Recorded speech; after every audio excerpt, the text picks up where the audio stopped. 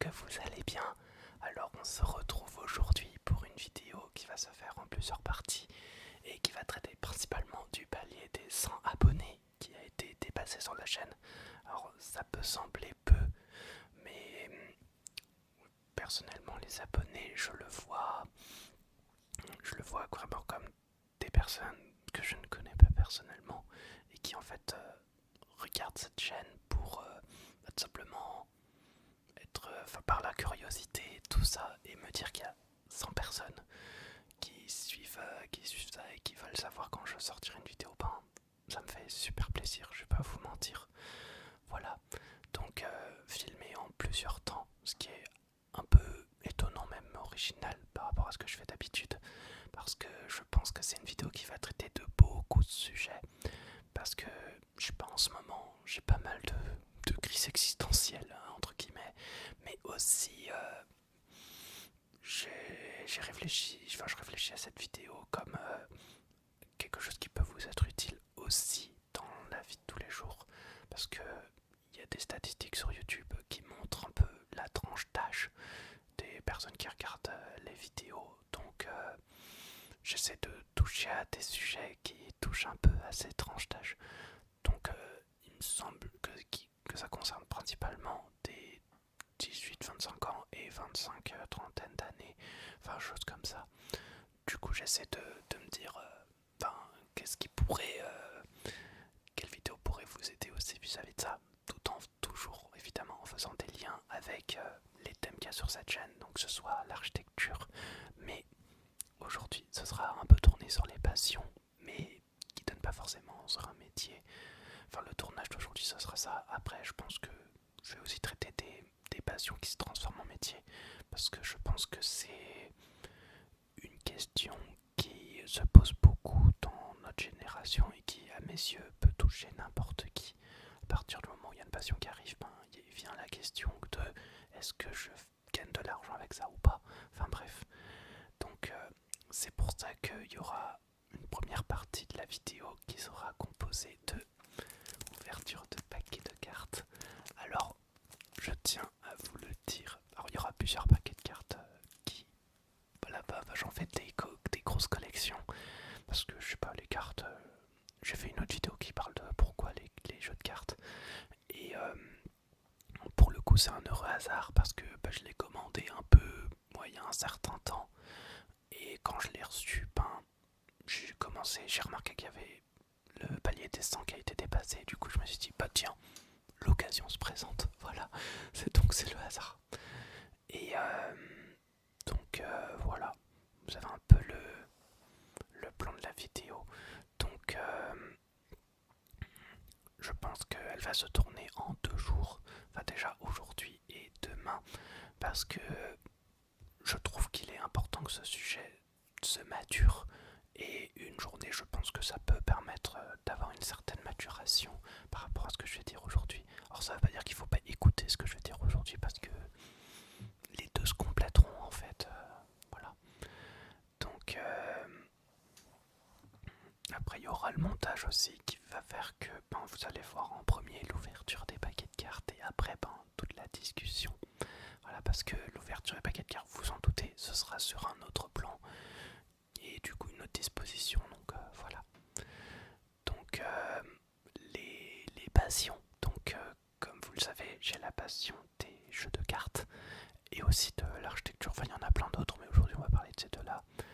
Et qui à mes yeux, en faire un métier est quand même une question assez grosse et lourde, parce que en fait une passion ça procure tout de suite un plaisir, et,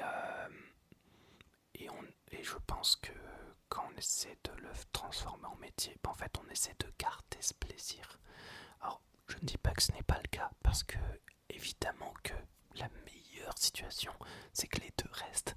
C'est en même temps que ce soit viable d'un point de vue métier, enfin professionnel, gagner de l'argent dessus et tout, et de garder la passion. Évidemment c'est l'équilibre qu'on cherche tous à avoir, et qui est idéal en tout cas pour à mes yeux une vie humaine et saine. Donc je pense pense que il faut trouver un bon équilibre de ce côté-là, ce qui n'est pas forcément facile. Je pense notamment au métier de créateur de contenu, parce que, comme vous le savez, sur cette chaîne, je ne gagne pas d'argent et je ne compte pas le faire, parce que je veux que ça reste une passion. Et le format des vidéos ne va pas, du coup, en conséquence, ne va pas nécessairement tant évoluer que ça. Enfin, dans le sens, il n'y aura pas plus d'argent qui vont être mis dedans, parce que je veux que ça reste une passion et que c'est un peu pour vivre une forme de nostalgie que je fais ça, parce que disons que j'ai commencé à regarder YouTube il y a assez longtemps, et surtout à l'époque où en fait les gens, il n'y avait pas de métier dessus en fait, enfin on n'en faisait pas un métier. Et bon, aujourd'hui c'est devenu un métier, et ce n'est pas une critique de ça, c'est même une super bonne chose, mais je ne me reconnais juste pas là-dedans.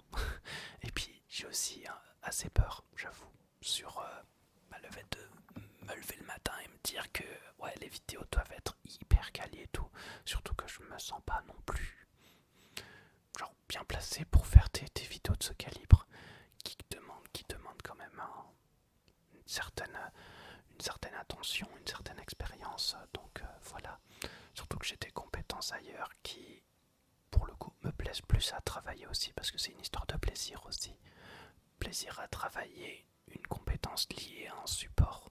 Donc, quand je dis support ici, on peut parler de la vidéo par exemple, qui en fait, le travail de ce support demande une certaine expertise du montage, une certaine expertise du cadrage aussi, et sur la communication aussi.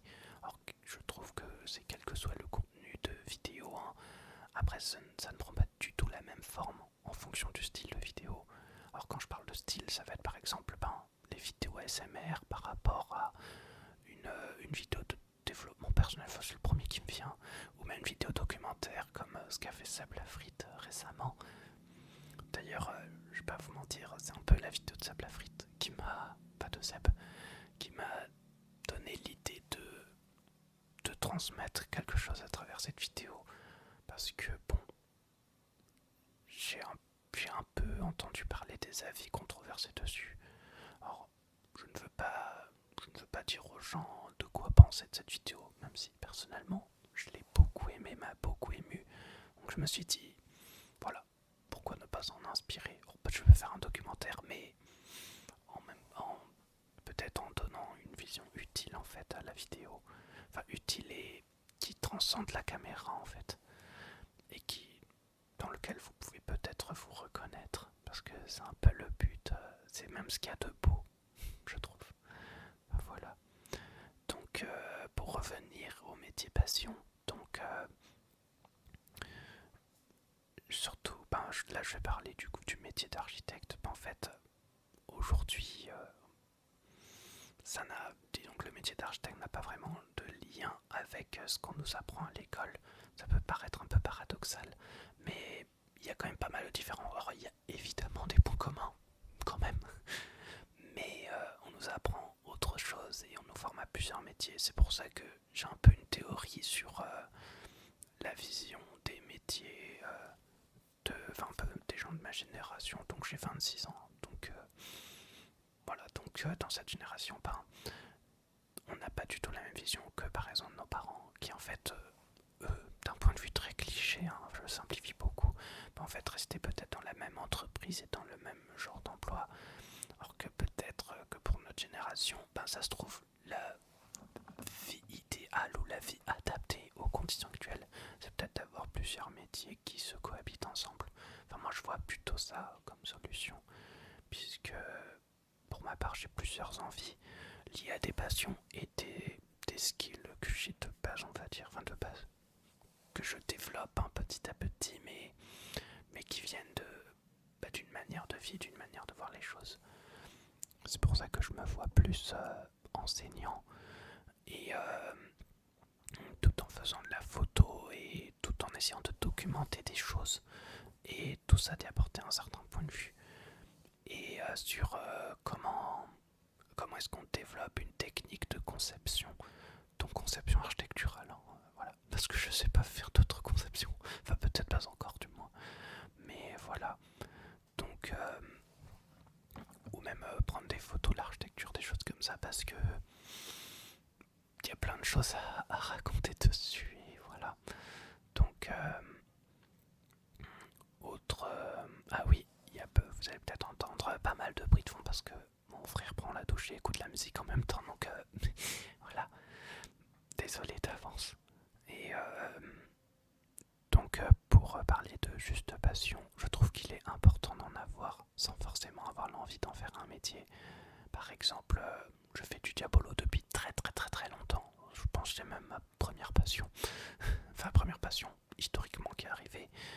Et je ne compte surtout pas en faire un métier. Je dis surtout pas parce que pour moi, quand on a une passion qui n'est pas vouée à être un métier, en fait, c'est une forme de relâchement de moyens de prise de recul.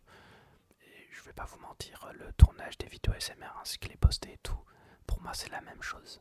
C'est un moyen qui me permet entre guillemets de me défouler, même si j'ai pas l'air peut-être de me défouler, mais ça permet de créer un équilibre en fait avec le reste.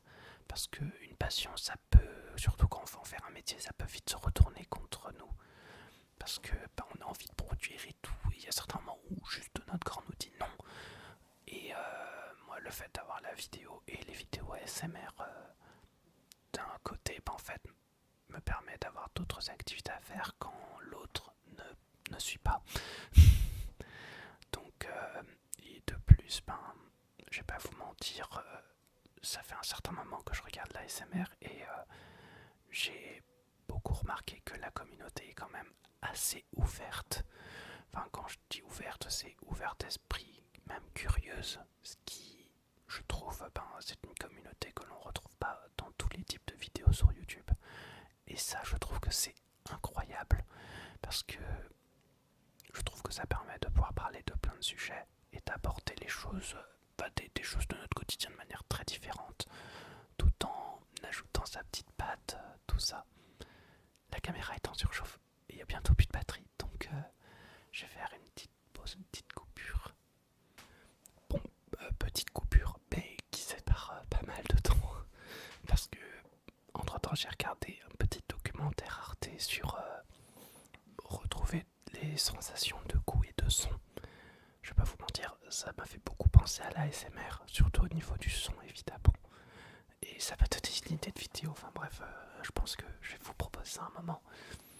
C'est un type de vidéo vraiment qui n'a rien à voir avec ce que je vous ai proposé jusque là, mais on verra.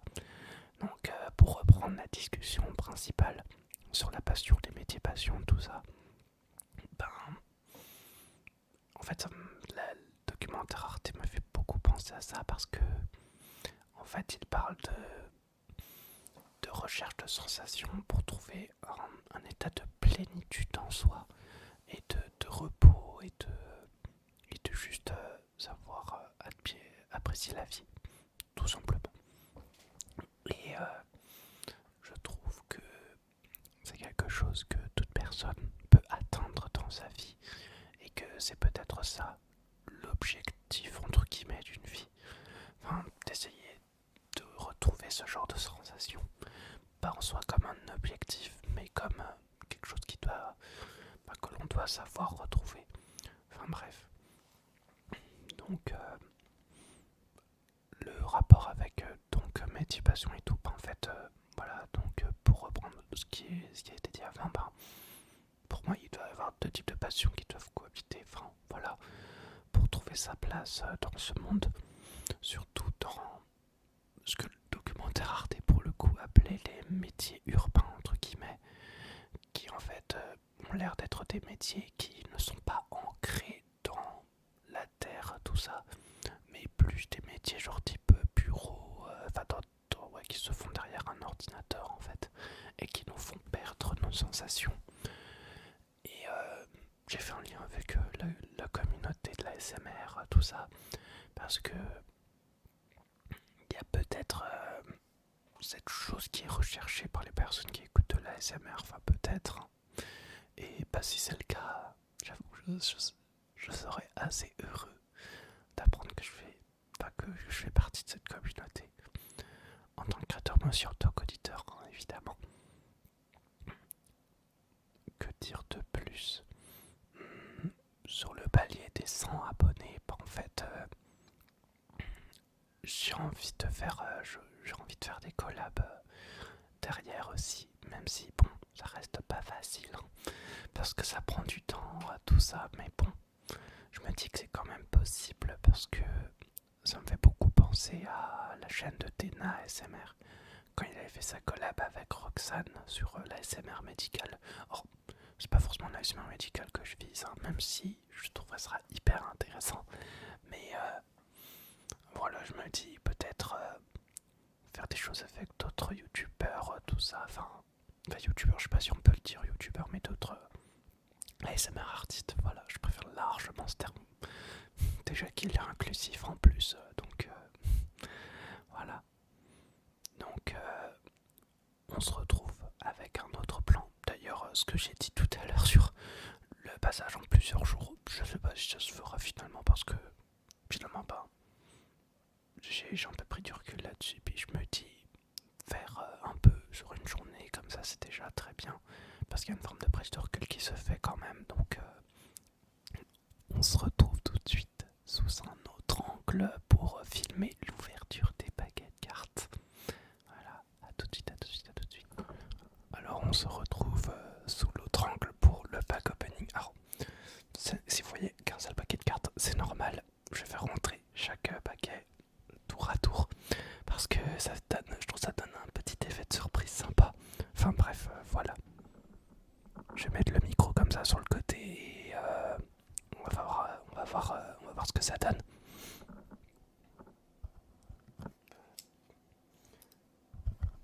Ce petit couteau suisse pour ouvrir,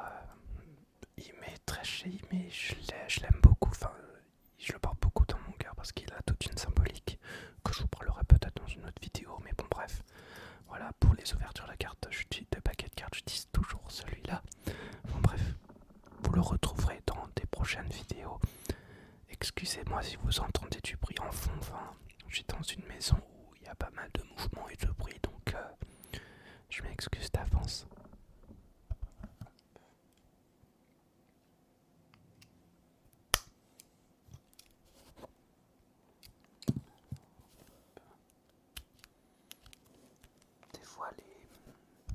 Des fois, les paquets de cartes ont leur système d'ouverture, comme vous pouvez le voir ici.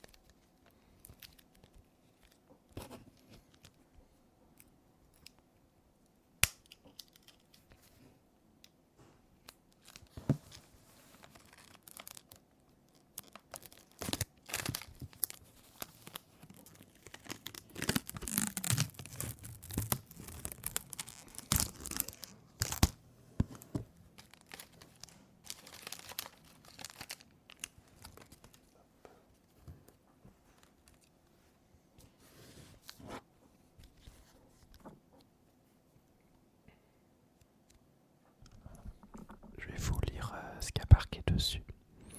Traveling to Anhui Province Edition Love Illustration Poker artinboy.com.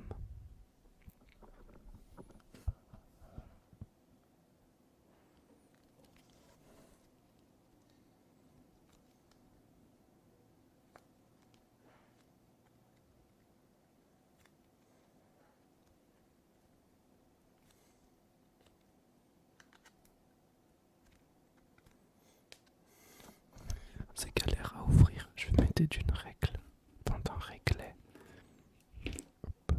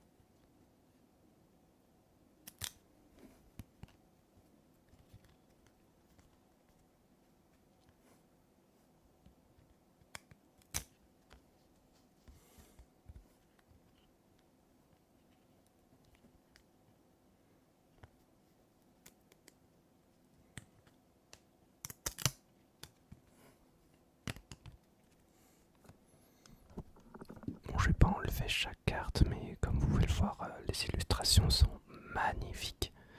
Je vais vous montrer ça en même temps tout en tenant le micro. Quand même assez sympa. C'est marqué Chang. Bon, je vais éviter de mal le dire par respect. Ça a l'air d'être des illustrateurs différents qui font les cartes. Franchement, c'est très très très joli. Je vous mettrai les références dans la description si ça vous intéresse de les avoir. Regardez-moi ces représentations de villes, c'est... Waouh! C'est incroyable. Franchement, j'aime beaucoup. C'est très joli. Vraiment très joli. Très réussi comme carte. Hop. Ouais, non, je peux pas faire d'étalement. Je vais garder ça comme ça. Et peut-être que vous le reverrez dans d'autres vidéos. Bah tiens, ça fait une bonne idée de suite.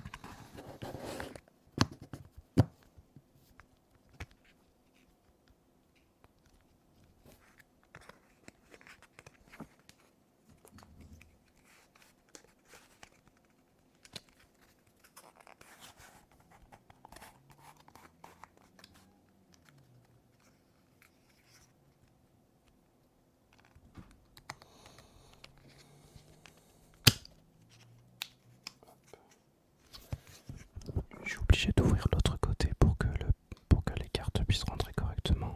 Ça pour moi, c'est la preuve que le paquet n'est pas forcément bien étudié par rapport à l'épaisseur des cartes. Bon, après, bon, ça reste une fabrique artisanale très très esthétique, donc franchement, incroyable. Il faut savoir que j'achète ces cartes à partir de quelques photos pour me garder une surprise lors de l'ouverture. Donc bon, j'ai déjà été déçu par des ouvertures de paquets, mais c'est très rare. À chaque fois, le magasin qui les vend, Magic Dream, ont de belles propositions de cartes. Enfin, voilà. Hop.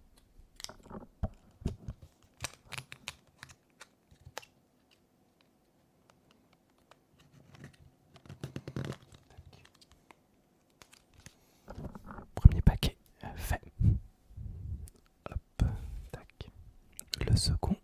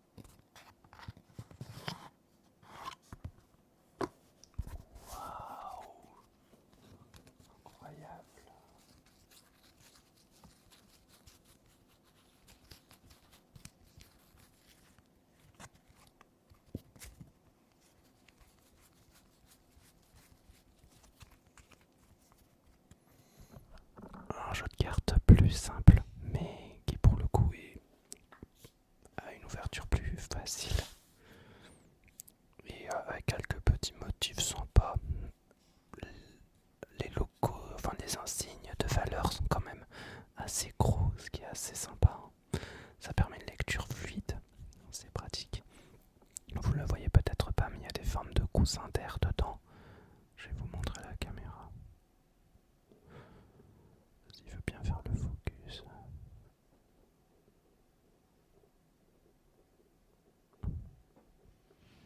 Je sais pas si vous le voyez, enfin bref. Le coussin d'air permet de faire justement cet étalement de manière assez simple.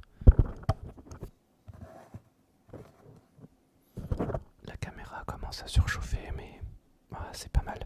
Même si, bon, j'essaie toujours de mettre un ordre dans l'ouverture des paquets pour aller du plus, on va dire le plus normal au plus original. Mais bon, là, je dirais que celui-là devait être en premier, mais bon, on peut pas trop savoir à l'avance, hein, on a que quelques photos.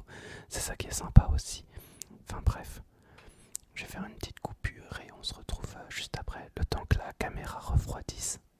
Donc j'ai retiré le jeu qui, du coup, c'est celui-là. Hop. Et on va passer à un autre, donc qui normalement, rien qu'en regardant la boîte, on devine que dedans, voilà, c'est pas n'importe quel paquet. Hop. Rien que, regardez-moi ce packaging incroyable. Donc, ouverture, normalement elle sera plus simple que les autres.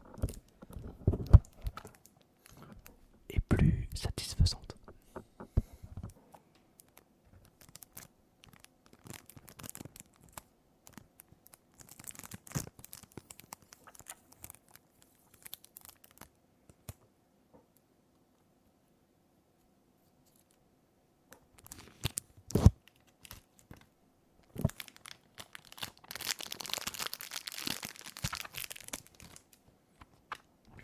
Regardez-moi la finition. Il y a un petit élément en tissu juste là. Assez sympa. Enfin bref. Avec le dessus comme ceci. Très sympa, très sympa. Donc, Coco Kokichi Edition. Hop. Avec des petits motifs japonais, toujours aussi sympa.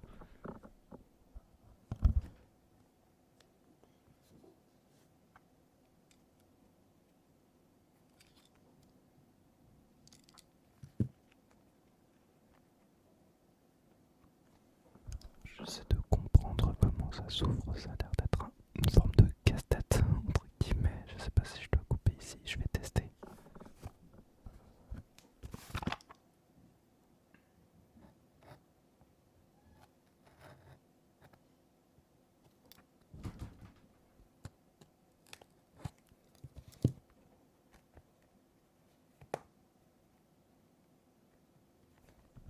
Ça y est, j'ai compris.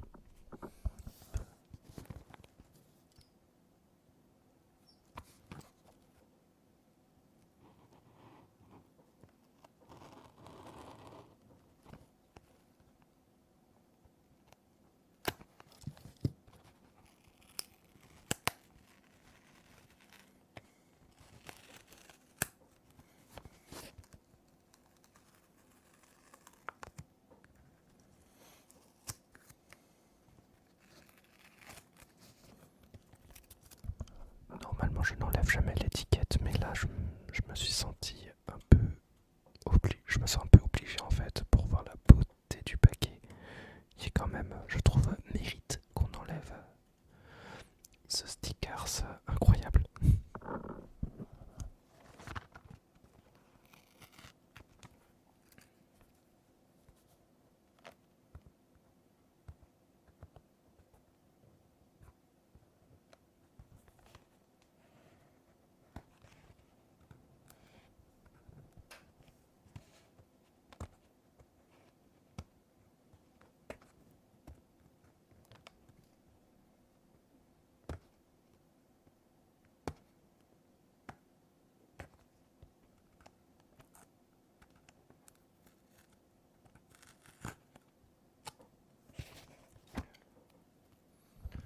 On peut enfin ouvrir le paquet.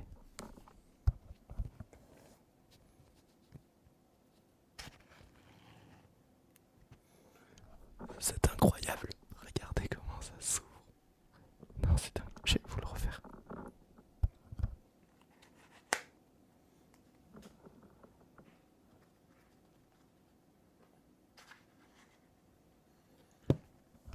Le haut est démenté. Regardez-moi ces motifs en haut des cartes. C'est quand même waouh. C'est sympa. Oh, c'est dingue. Vous voyez là, on sent. Peut-être ça aurait dû être le dernier paquet en vrai. Je sais pas. Mais bon.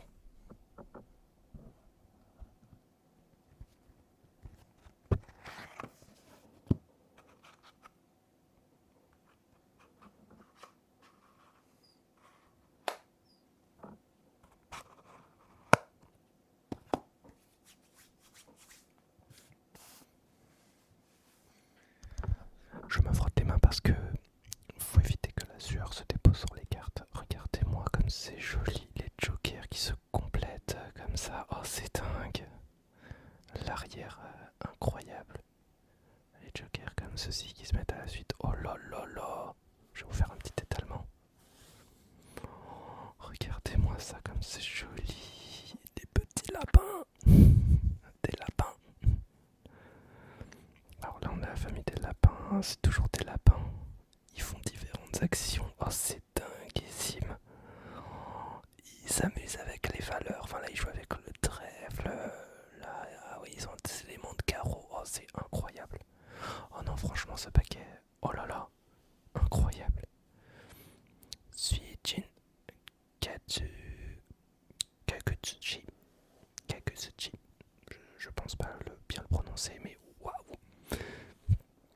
Ça a l'air d'être des personnes qui travaillent le mochi. Enfin, ça a l'air de représenter ça. Oh là là là là. Room One Collection. Oh là là, mais ce paquet. Waouh. Rien qu'avec la boîte, cette ouverture incroyable. Bon, je vais remettre dans sa boîte.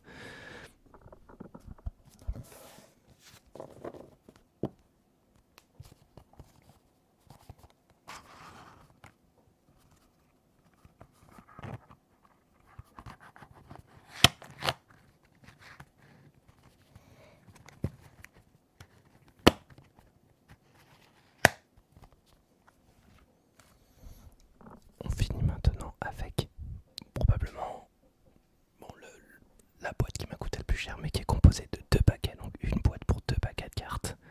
Donc, Bicycle Artist Series avec Keith Hanim. Il s'agit du designer qui dessine les personnages comme ça.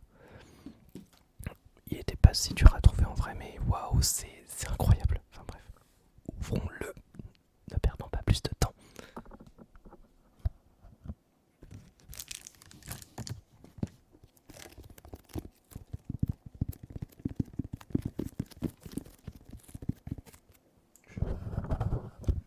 Je mets le micro de l'autre côté pour entendre mieux et que ce soit synchronisé avec l'image.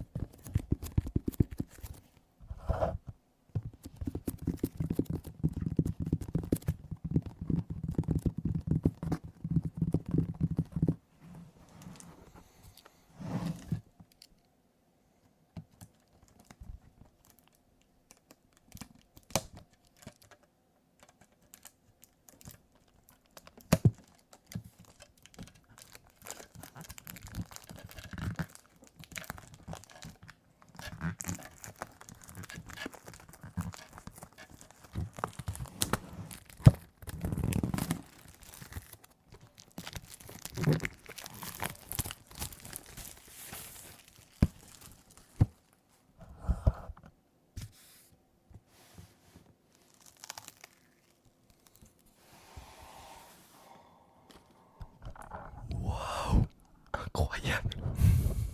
Oh, la boîte qui s'ouvre comme ça. C'est la première fois que j'ai un paquet de... Enfin, que j'ai une boîte comme ça. Oh, les dessins. Oh là là.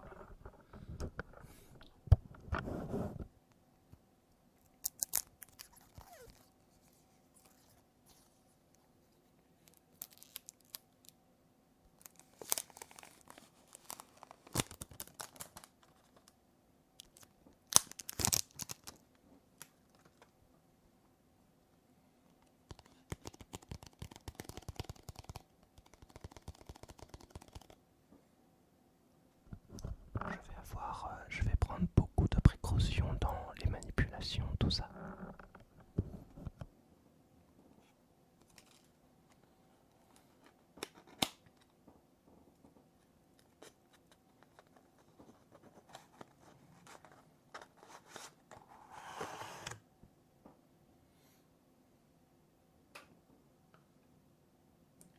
Les détails de la boîte sont incroyables.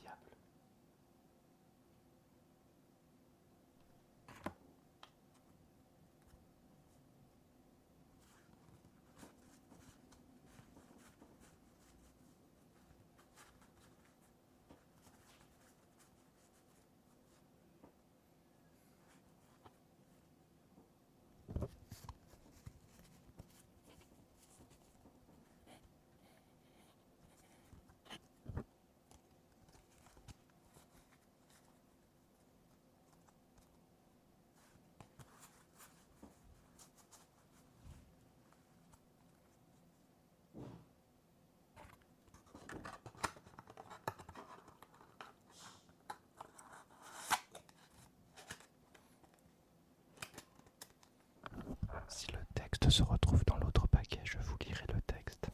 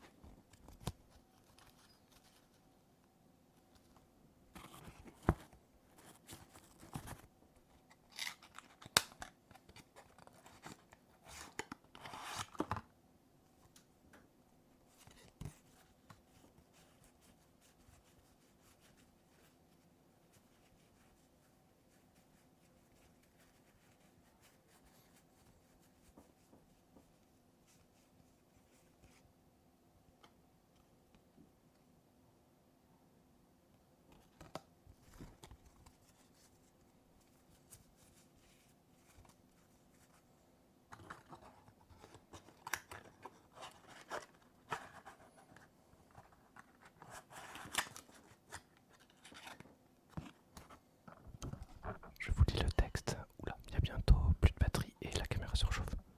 Hop. For over 135 years, bicycle playing cards have been the best-selling and most widely used playing card brand in the world. Bicycle continues to be one of the most trusted brands of playing cards because of our reputation for providing a consistent high quality feel and handling across every deck of cards we produce.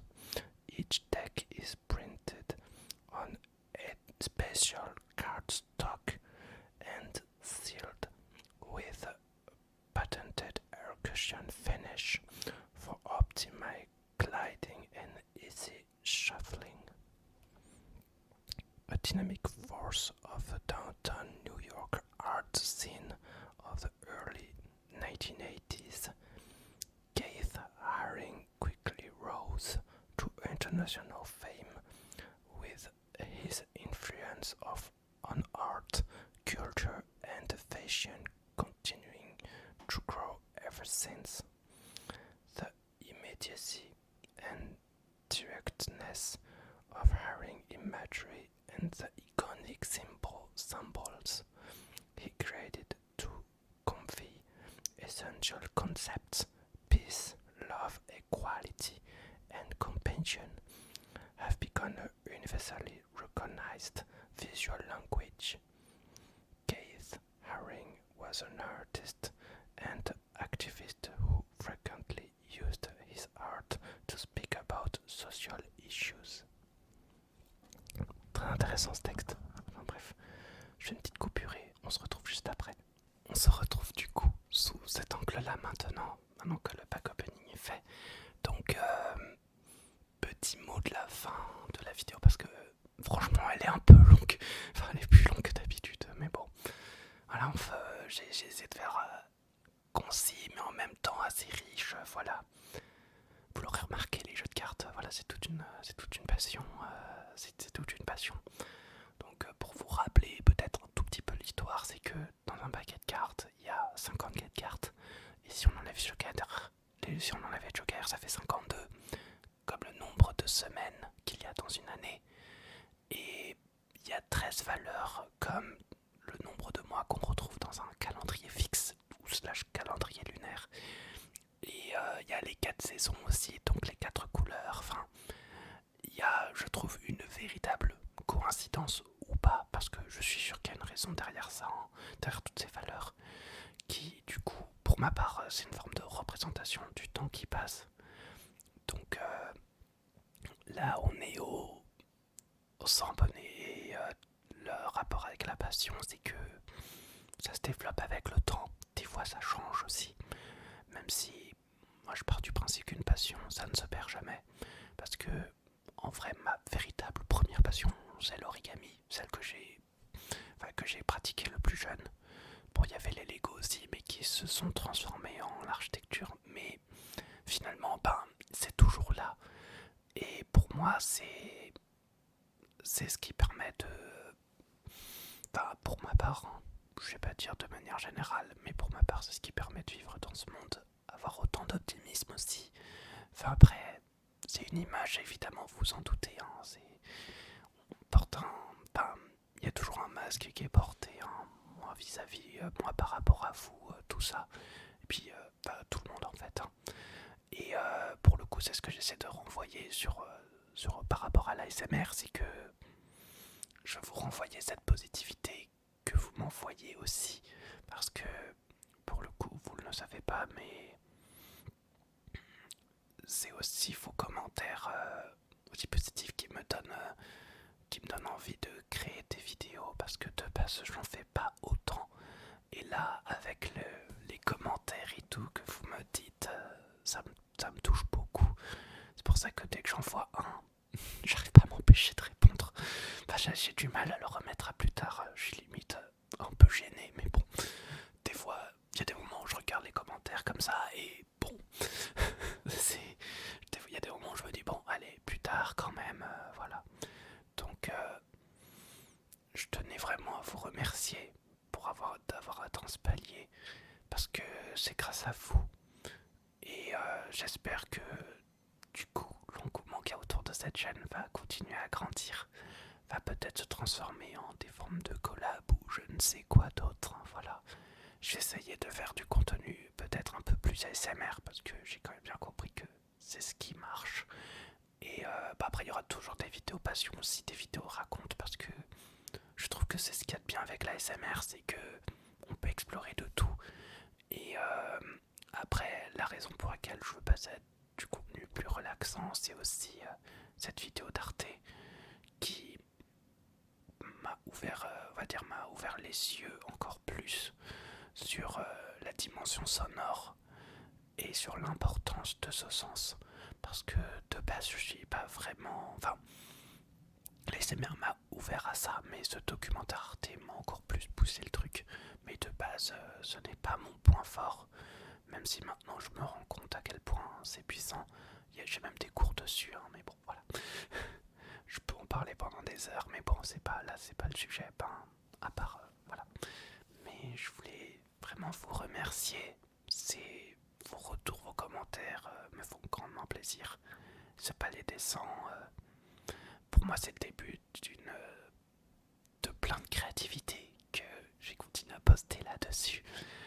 Donc, que ce soit sur de l'archi ou même sur des contenus plus ASMR, hein, ou même du contenu sur du racontage culturel et tout, parce que bon, vous vous en doutez, je vais continuer à m'instruire et tout, un point de vue culturel, que j'arrête les études ou pas d'ailleurs, hein, parce que les études pour moi ce n'est qu'un tremplin, mais voilà, j'ai une curiosité assez importante maintenant, et du coup, j'ai toujours besoin d'être au courant de nouvelles choses et tout.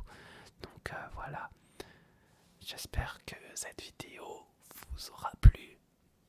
N'hésitez pas à vous abonner, ou à laisser un like, voilà. Ou évidemment laisser un commentaire, pour moi c'est ce qui est le plus important, vos retours. Même si c'est le plus simple, hein, juste un merci des fois, ça peut... c'est mieux que rien, donc... Voilà. Après, bon, si vous voulez pas en laisser, n'en laissez pas non plus, hein, je veux pas vous pousser. Mais voilà. Merci pour cet engouement et j'espère que le contenu que je vais vous proposer par la suite va continuer à vous plaire. Je vais arrêter de dire à l'avance quel contenu je vais faire parce que à chaque fois je respecte pas forcément ça. Enfin, ça des fois ça vient beaucoup plus tard que ce que je pensais, donc bon. Je préfère laisser part à la surprise parce que à chaque fois que je fais une vidéo ASMR, il y a plein de nouvelles idées qui arrivent et il faut même que je me les note. Mais bon, bref. Donc, merci beaucoup.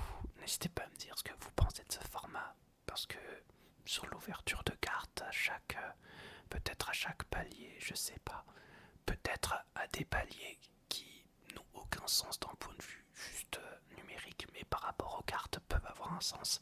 Par exemple, là je parlais de 52, bon bah ça se trouve le prochain palier c'est 520. Enfin voilà, je sais pas, à voir. Bref, merci pour cet engouement, tous ces abonnements, tous ces likes, tous ces vues, enfin, ça me fait beaucoup plaisir.